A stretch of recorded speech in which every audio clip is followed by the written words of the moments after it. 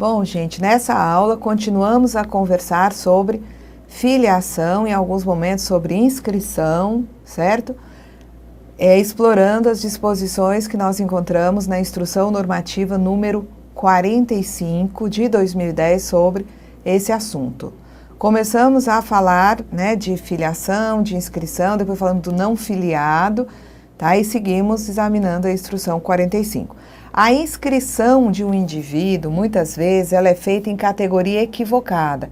O indivíduo, conforme aquilo que ele faz, as características da sua atividade, ele é filiado como empregado doméstico, mas resolveu se inscrever como microempreendedor individual e pagar suas contribuições, como microempreendedor, 5% do salário mínimo. Ora, presentes os pressupostos de uma relação de emprego doméstico, essa pessoa não pode ser MEI, não pode ser microempreendedor individual, deve ser considerada empregado ou empregada doméstica. Então, deve-se fazer a alteração tanto no cadastro quanto a complementação das contribuições. Porque quando um indivíduo paga como MEI, paga 5% de um salário mínimo. A contribuição relativa ao empregado doméstico, considerando-se a do trabalhador mais a do patrão, é bem maior, tá? Pode ser, até um dado momento, nós teremos 8% do trabalhador, no mínimo, mais 12% do patrão. Temos mudanças sendo encaminhadas para ficar 8% para o trabalhador, 8% para o patrão, mas, de qualquer forma, a contribuição é bem maior e vai ter que se fazer a correção. Se uma pessoa, por exemplo, ela se inscreve como contribuinte individual, mas deveria ser empregada doméstica, isso daí também tem que ser alterado. Então, vai ter que se fazer a alteração no cadastro, de modo que a inscrição seja finalizada na categoria correta. Então, é o que nos diz o artigo 41. A inscrição formalizada por segurado em categoria diferente daquela em que a inscrição deveria ocorrer, deve ser alterada para a categoria correta, mediante a apresentação de documentos comprobatórios, inclusive alterando-se as respectivas contribuições quando pertinente. Muito bem, vamos agora falar da questão da possibilidade de inscrição pós-mortem do segurado especial. Então, vamos dizer que um dado produtor rural, ele exerce atividade em regime de economia familiar, só que ele nunca foi se inscrever. É muito comum no meio rural que as pessoas só se inscrevam quando precisam de um benefício. Então, pode acontecer que um determinado produtor rural, que tem na sua atividade todos os requisitos para ser considerado um segurado especial, que explora a área de terra até 4 módulos fiscais, ele vem a falecer sem ter providenciado a sua inscrição, de acordo? Se isso vem a acontecer, a família que vai providenciar a inscrição após o falecimento desse segurado, tá? Então, aqui nos diz o artigo 42 que, presentes os pressupostos da filiação, admite-se a inscrição pós-mortem do segurado especial, obedecidas as condições para sua caracterização, tá? Então, se era uma pessoa que até exercia atividade rural, era um produtor rural, mas era um empregador rural contribuinte individual, não pode a família querer inscrevê-lo pós-mortem. A inscrição pós-mortem é autorizada para o segurado especial. Essa inscrição pós-mortem, ela vai ser solicitada através de um requerimento, feito pelo dependente ou pelo representante legal, e aí vai se atribuir a esse segurado um NIT Previdência somente após a comprovação da atividade como sendo realmente de segurado especial. Então, ele passa a ter um número de inscrição e é colocado lá no cadastro dele que ele é um segurado especial, tá? Não se considera inscrição pós-morte nem contribuições, tá? Quando se fez, uma inscrição extemporânea, ou seja, fora do prazo, somente para manter a qualidade de segurado, a não ser que essa pessoa demonstre que ela já tinha uma inscrição no PIS autorizada e incluída pela Caixa Econômica Federal, tá? Na situação prevista no parágrafo 1º, quando o dependente ou representante legal vai ao INSS inscrever o indivíduo como segurado especial, se não comprovada a condição de segurado especial, pode-se atribuir, tá, um número de identificação, um NIT, junto à Previdência na qualidade de não filiado, para fins de requerimento da pensão por morte pelos seus dependentes. Tá? Então, não se conseguiu provar que ele era segurado especial pelo tempo necessário para garantir direito a outro tipo de benefício. Mas, naquele momento em que ele está se inscrevendo, tá, ele pode ser considerado como segurado e isso vai garantir a pensão para os seus familiares, porque pensão por morte não depende de carência. Bom, e aí a Previdência apresenta o conceito aí na instrução normativa do não filiado. O não filiado é todo aquele que não possui, forma de filiação definida no artigo 39 da instrução normativa. Ele não é um filiado, mas ele se relaciona com a Previdência Social. Se relaciona por quê? Porque ou ele é dependente, ou ele é representante legal, ou ele é procurador, titular, tá? Bem como titular ou componente de grupo familiar em requerimento de benefício de prestação continuada da Lei Orgânica da Assistência Social. Porque o benefício da assistência social, o benefício de prestação continuada, ele é, né, da assistência social, mas a operacionalização do pagamento, do reconhecimento do direito é feito pelo INSS.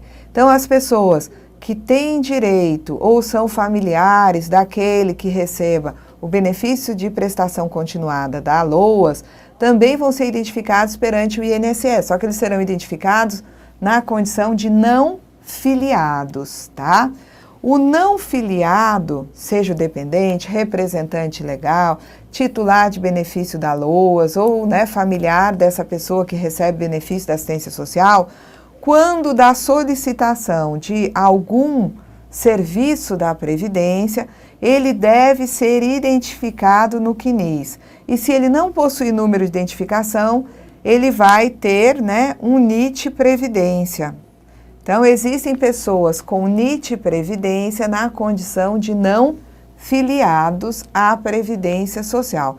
Ou eles são dependentes, ou eles são, né, representantes legais, procuradores, mas eles, quando reivindicam algum serviço, também são cadastrados de modo a poder identificá-los no âmbito do Cadastro Nacional de Informações Sociais.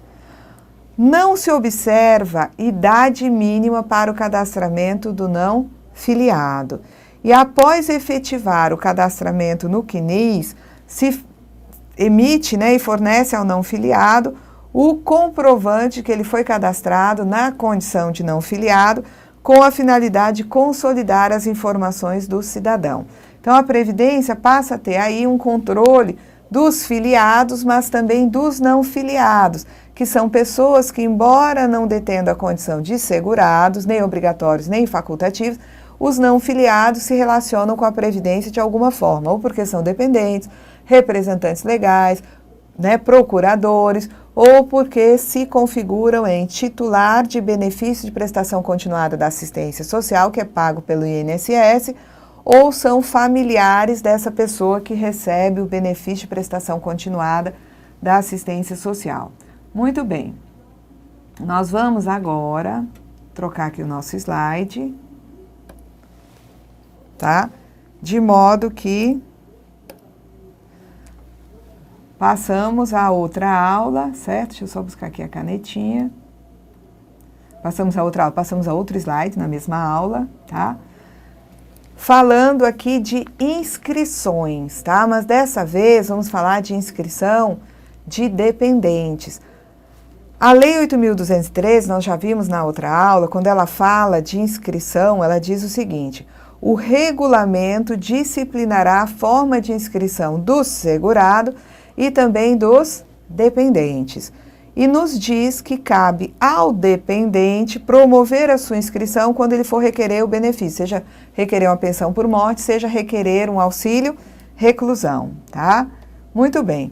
O regulamento da Previdência Social, ele nos diz que a inscrição do dependente do segurado vai ser promovida quando do requerimento do benefício a que ele tiver direito, mediante a apresentação dos seguintes documentos.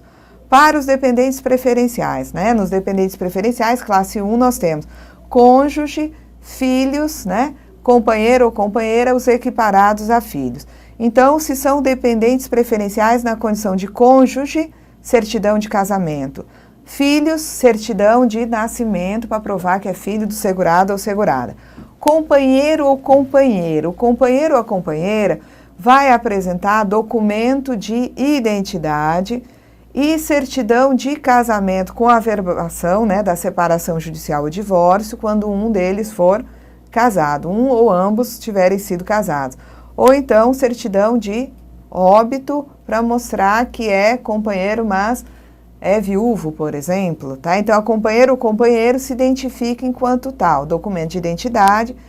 Se era casado, um documento, certidão, né, de averbação de casamento com averbação da separação ou divórcio, ou certidão de óbito do antigo cônjuge.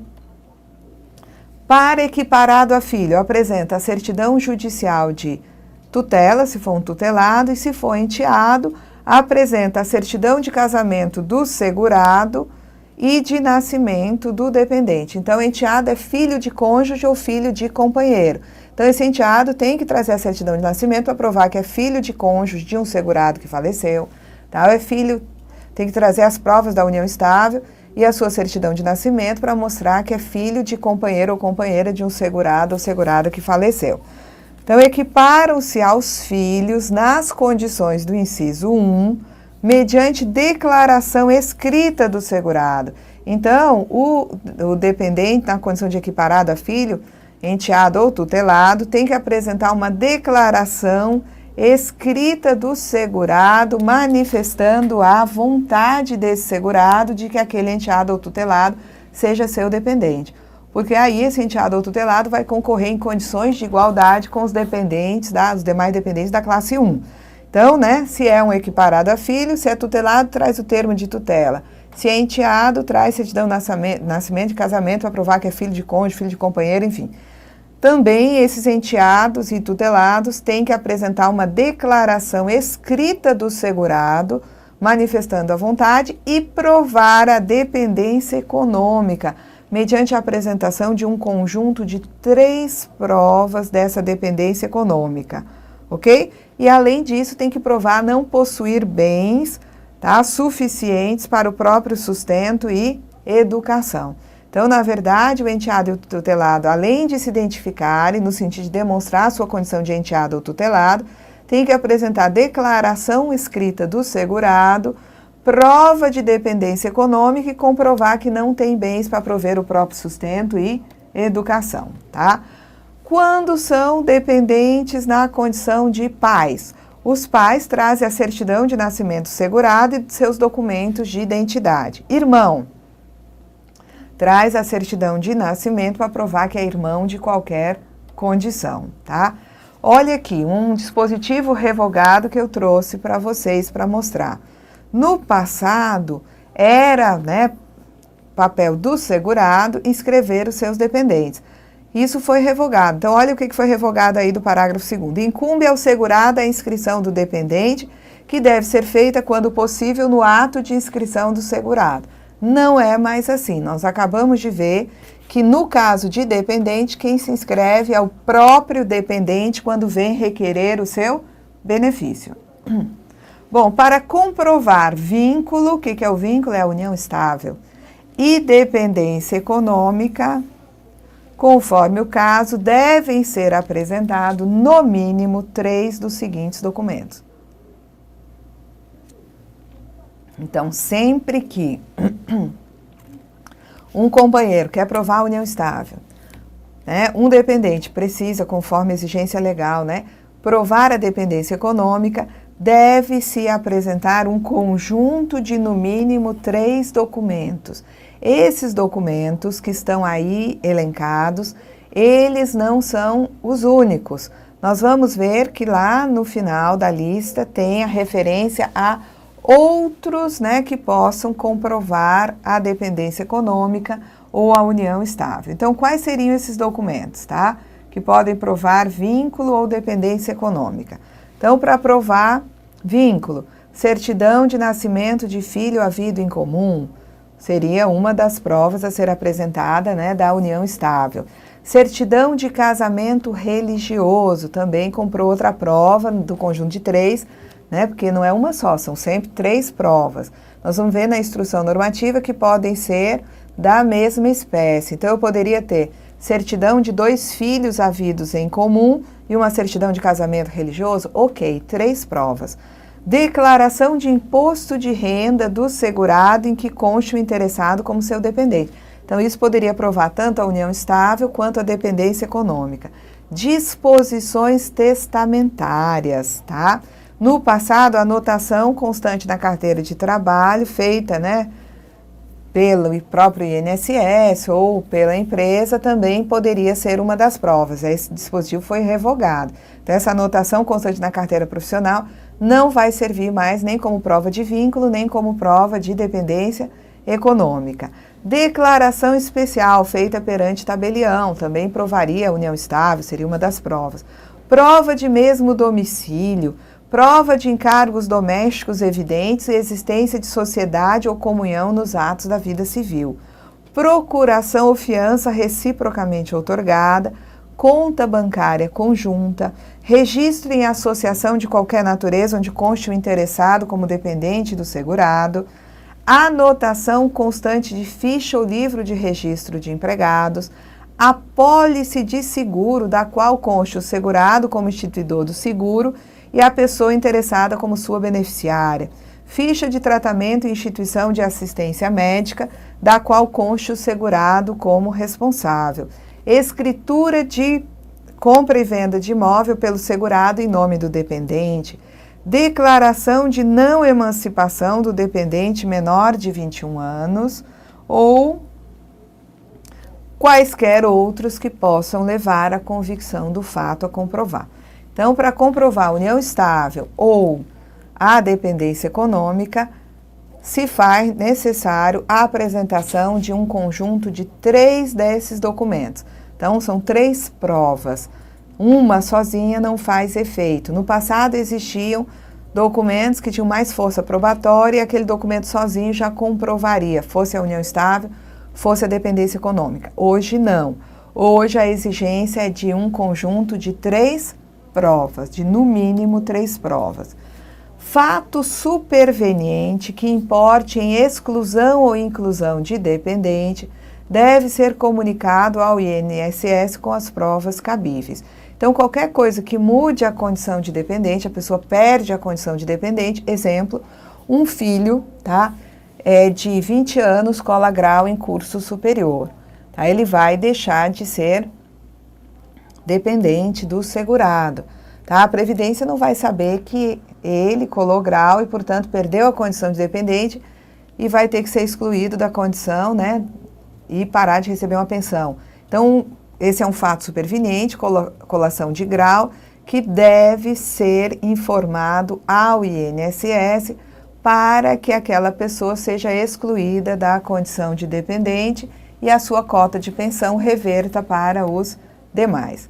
Somente se exige certidão judicial de adoção quando for anterior à Lei 8.069, Estatuto da Criança e do Adolescente.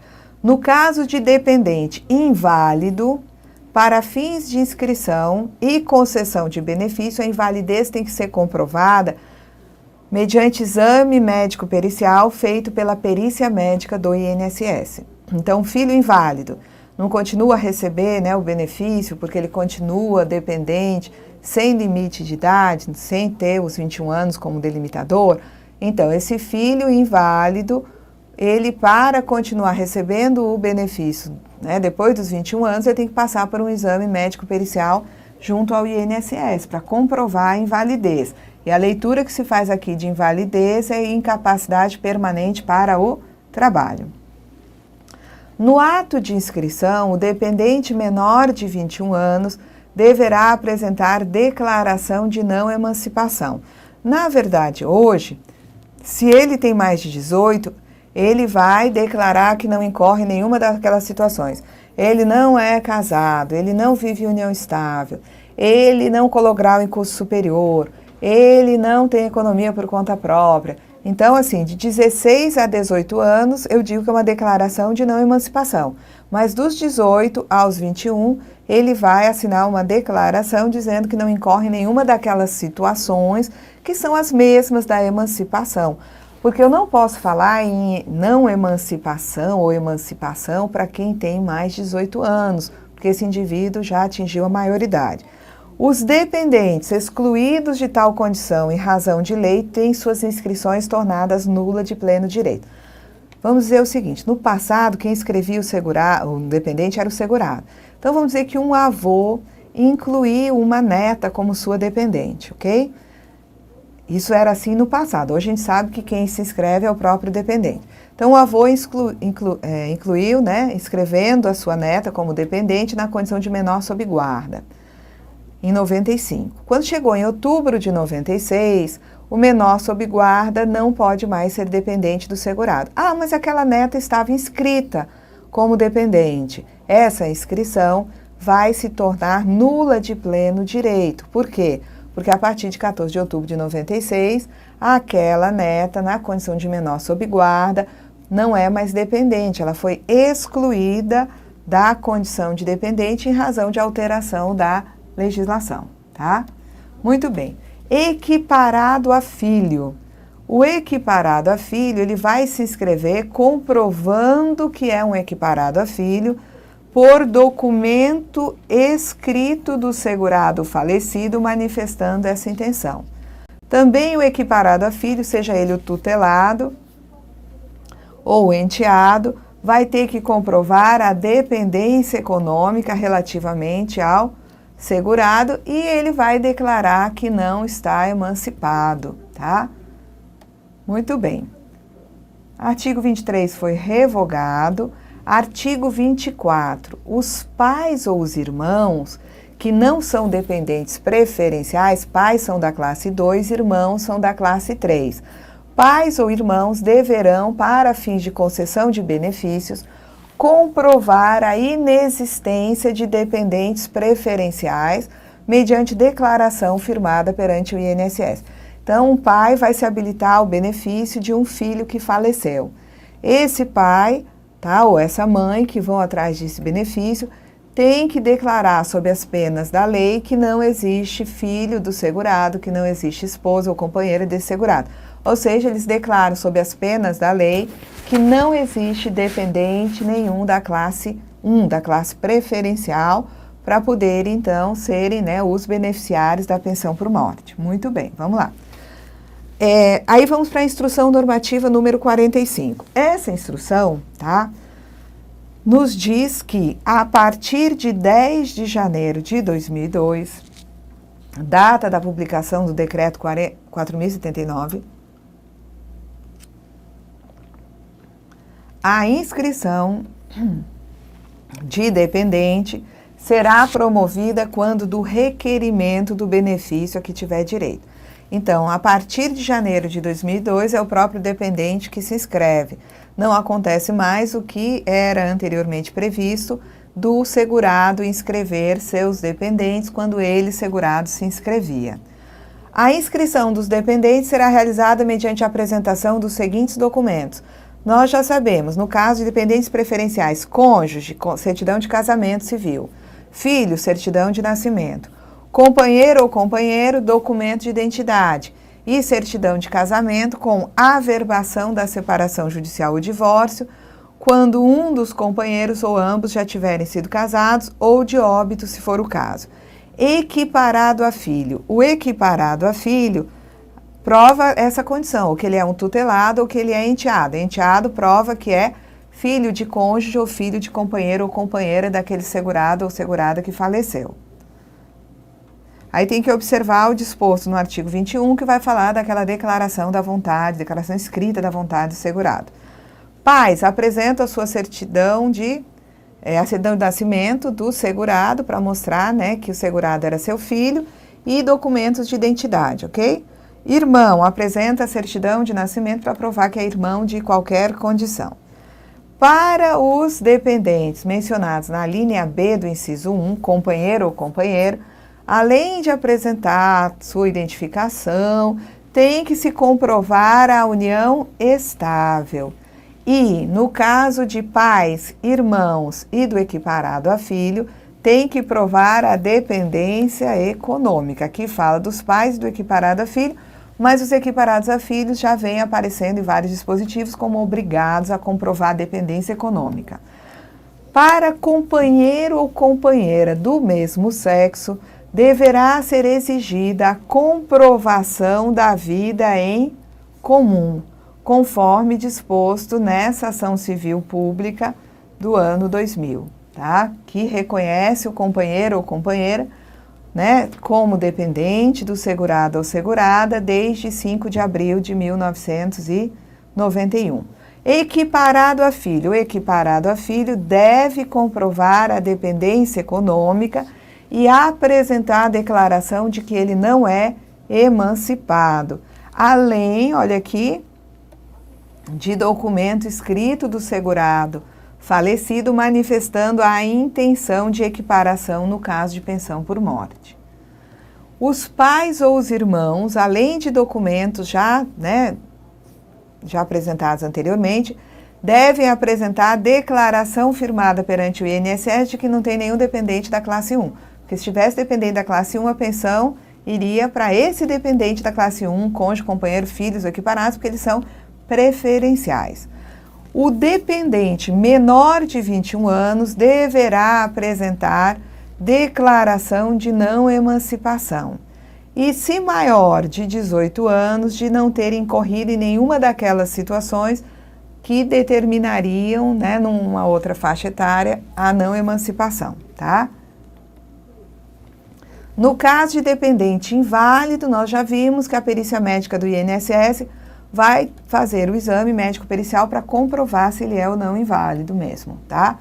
Certidão judicial de adoção, tá? Só quando a adoção for anterior a 14 de outubro de 1990, data em que passa, né, que entra em vigor a Lei 8.069, que é o Estatuto da Criança e do Adolescente.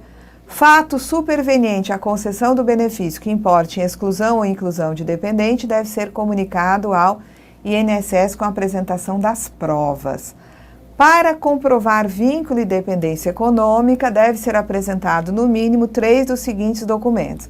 Então, né, para comprovar vínculo, ou seja, união estável, e dependência econômica, 3 dos seguintes documentos. Certidão de nascimento de filho à vida em comum, certidão de casamento religioso, aí você tem que adaptar o caso. Aqui, nesses 2 primeiros, seriam documentos para comprovar o vínculo ou união estável. Declaração de imposto de renda do segurado, em que o interessado consta como seu dependente, disposições testamentárias, declaração especial feita perante tabelião, prova do mesmo domicílio, prova de encargos domésticos evidentes e existência de sociedade ou comunhão nos atos da vida civil. Tá? Então, alguém quer provar que é companheiro, apresenta uma certidão de nascimento de filho à vida em comum, uma declaração especial feita perante tabelião e prova de encargos domésticos evidentes, tá? No mesmo endereço, eles dois pagam contas para aquele endereço. São encargos domésticos evidentes no mesmo endereço que vinculam os dois interessados, segurado e companheiro. Procuração ou fiança reciprocamente outorgada, conta bancária conjunta, registro em associação de qualquer natureza, onde conste o interessado como dependente do segurado, a anotação que esteja em ficha ou livro de registro de empregado, não vale a anotação de carteira, mas a anotação em ficha ou livro de registro vale, a apólice de seguro, onde o segurado é o instituidor do seguro e o dependente é beneficiário desse seguro, né? Ficha de tratamento e instituição de assistência médica, da qual conste o segurado como responsável. Ele, por exemplo, a companheira, ela é dependente de um plano de saúde do segurado, então isso é uma das provas. Escritura de compra e venda de imóvel pelo segurado em nome de dependente, declaração de não emancipação do dependente menor de 21 anos, quaisquer outros que possam levar à convicção do fato a comprovar. Os 3 documentos, e é por isso que a gente lê a instrução normativa, porque isso não dizia na lei, não dizia no regulamento. Os 3 documentos a serem apresentados para aprovar a união estável ou a dependência econômica podem ser do mesmo tipo ou diferentes, desde que demonstre a existência de vínculo ou dependência econômica, conforme o caso, entre o segurado e o dependente na data do evento. A partir, né, da publicação desse decreto 3668, não se admite mais o parecer socioeconômico para comprovar dependência econômica, tá certo? Bom, então aqui nós encerramos, né, essa aula e estaremos na próxima aula continuando com a Lei 8.213. Até lá!